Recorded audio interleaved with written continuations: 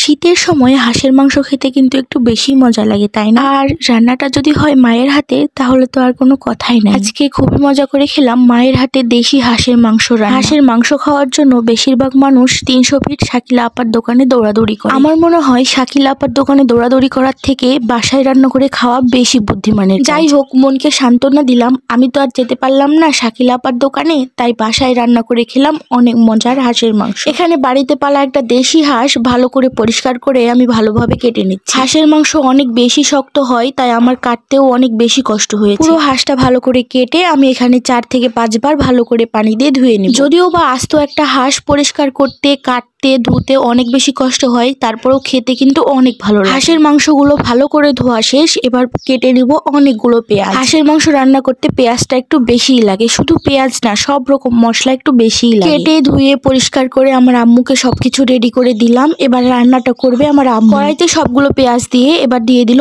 অনেকগুলো সরিষার তেল, খাঁটি সরিষার তেল। এবার দিয়ে দিবে একে একে সব ধরনের মশলা। প্রথমেই দিয়ে দিল লবণ। দেওয়ার পর পেঁয়াজ আর লবণটাকে ভালো করে মিশিয়ে দিল। এবার আম্মু এখানে দিয়ে দিল আদা, রসুন, জিরে একসাথে বাটা ছিল, সেই বাটা মশলাটা দিয়ে দিল। তারপরে দিয়ে দিল অনেকগুলো গোটা তেজপাতা। এবার মশলা কষানোর জন্য অল্প পরিমাণ পানিও দিয়ে দিল। তারপরে দিল পরিমাণ মতো হলুদের গুঁড়া। হলুদ গুঁড়া দেওয়ার পর আম্মু এখানে একটু নাড়াচাড়া দিয়ে দিচ্ছিল, কারণ কড়াইতে লেগে যাচ্ছিল মশলাগুলো। তারপরে আম্মু এখানে দিল অনেকগুলো মরিচের গুঁড়া, কারণ হাঁসের মাংসটা একটু ঝাল ঝাল করে রান্না করবে, আর হাঁসের মাংস কিন্তু ঝাল ঝাল খেতেই বেশি মজা। মরিচের গুঁড়ার পাশাপাশি অনেকগুলো কাঁচামরিচও দিল আম্মু। এখানে কখন জানি আম্মু গরম মশলাটাও দিয়েছে পরিমাণ মতো, সেই ভিডিও ক্লিপটা আমি নিতে পারি। সবগুলো মশলা ভালো করে কষানোর পর সব হাঁসের মাংসগুলো কড়াইতে আম্মু দিয়ে দিল। এবারে হাঁসের মাংসগুলো বেশ অনেকটা সময় ধরে মশলার সাথে কষাতে হবে। ভালো করে মশলাগুলো না কষালে কিন্তু কাঁচা একটা আষ্টে গন্ধ থেকে যায়। অনেকক্ষণ ধরে মশলার সাথে মাংসগুলো কষানোর পর আম্মু এখানে ঝোলের পানি দিয়ে দিল পরিমাণ মতো। দেখেন কি সুন্দর কালার এসেছে এখনই,